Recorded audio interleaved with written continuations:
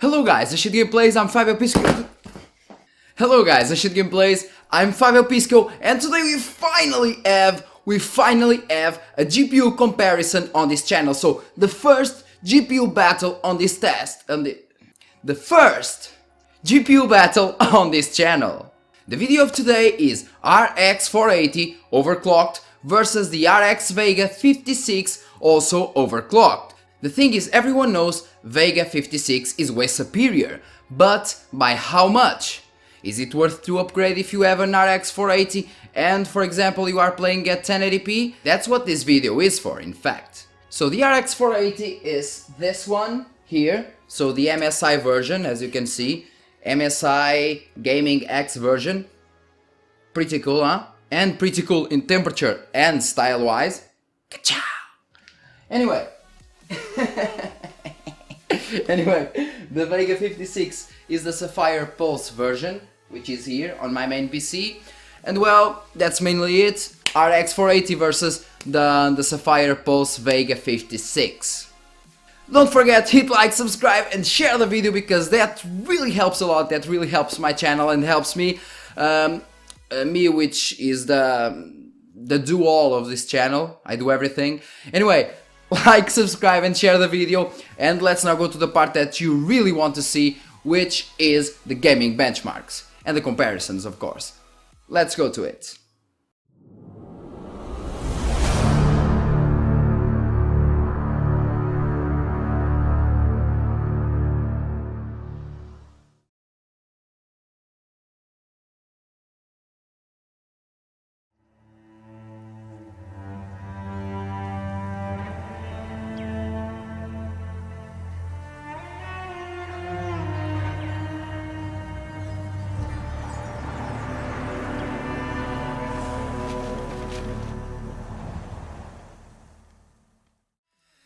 The first game tested today is Assassin's Creed Origins, which is a game known to not be only CPU demanding, but also GPU demanding.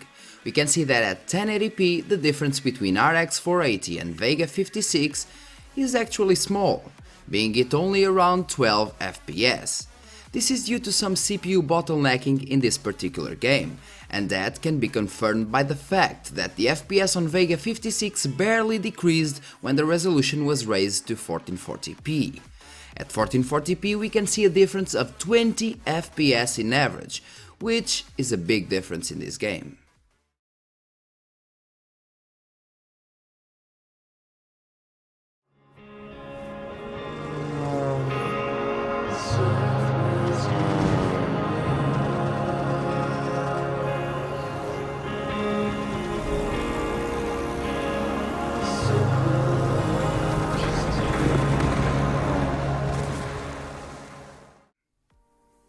The second game tested today is Far Cry 5.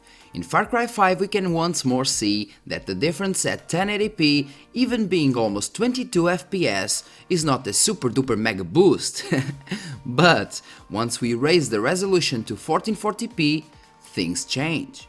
We see a difference of 20 FPS in average, but a massive difference in the 1% lows, in this case from 50.5 FPS to 77 FPS, which is a huge difference regarding the 1% lows.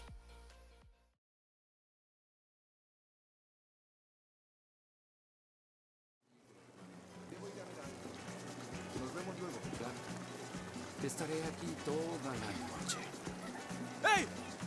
¡Cuidado, niños!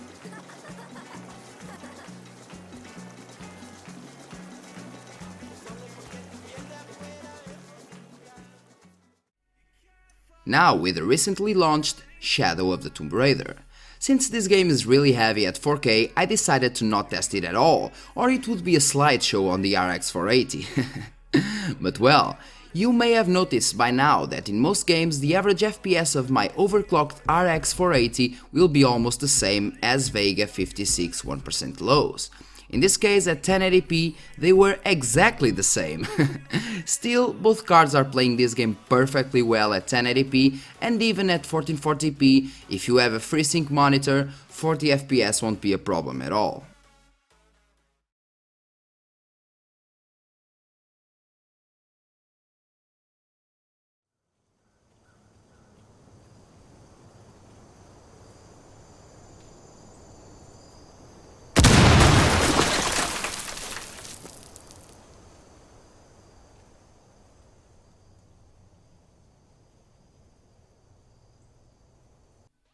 Rainbow Six Siege is our 4th game tested, and even at ultra settings, the results are great. We get an average of 158 FPS on Vega 56 using 1080p resolution. And well, even raising it to 1440p, you'll have an average FPS of 112. Being it an RX 480 or a Vega 56, this game can be played even at 4K resolution.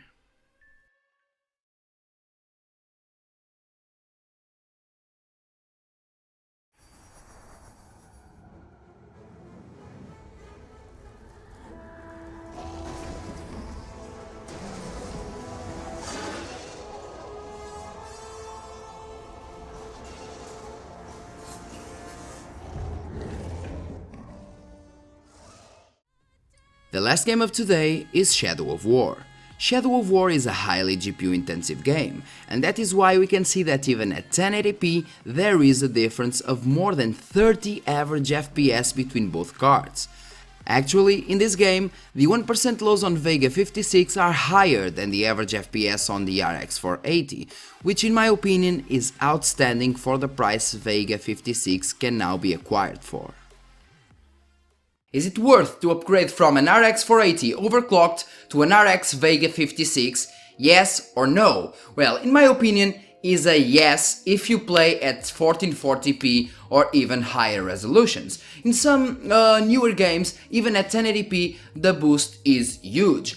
And since the GPUs, like for example the RX 480 and mostly the AMD GPUs and NVIDIA GPUs went down on price also, but mostly the AMD GPUs went down on price, you have a really great price performance on Vega 56. You can also, for example, flash the Vega 64 BIOS on the Vega 56 on the Vega 56 card, and you'll get even higher performance by overclocking even further the HBM2. So you have a really great deal for, in my case was 365 euros, but for example on the United States the price won't differ much, and you have 3 games. For example, on the Vega 56 you have 3 offered games, which are the Resident Evil 2, Devil May Cry 5 and the Tom Clancy's The Division 2. So it makes the GPU a hell lot more valuable and a lot more and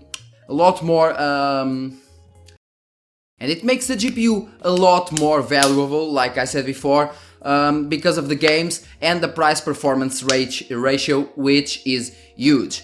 In this case, the performance is and will differ mostly, if you have a weaker CPU, will differ mostly at higher resolutions, for example 1440p and above, 4K or 2160p. You will find the biggest difference, you'll find it at 1440p, and damn, playing at ultra settings or high settings at, let's say, 1440p with maybe 70, 80 or even higher FPS numbers, for me it is huge. It is a huge performance boost from my RX 480 because I play at 1440p and the difference is big. For example, on The Witcher 3 I couldn't even play the game at 1440p medium at 60 FPS, and now I play the game at 1440p with high settings and I get almost 100 FPS in some parts. So it's a really crazy performance uplift. Fucking English. It's a really great performance uplift, and for me it is a hell lot of worth. If you are one of those people who still plays at 1080p, like most of the people, if you still play at 1080p, then I will advise you to keep your RX 480 and wait for the next GPUs. For example, the Navy or Navi, I don't know how to pronounce it, but I'll say Navi. So wait for Navi GPUs, which will have and will be on 7 nanometers and will be a lot faster while drawing less power, so way more efficient than the Vega architecture. So if you're still playing at 1080p, my opinion is keep your GPU and upgrade next year. If you have a really good urge to upgrade, well, Vega 56 is still a good option for you. So guys, that's all for today. Leave a comment on the comment section. Tell me your opinion about this video, what you liked and what you didn't like. Tell me what I can improve, of course, besides this horrific good aspect. Anyway, tell me your opinion. Hit like, subscribe and share the video. Thanks a lot for watching, really, thanks a lot for watching, and see you in the next one.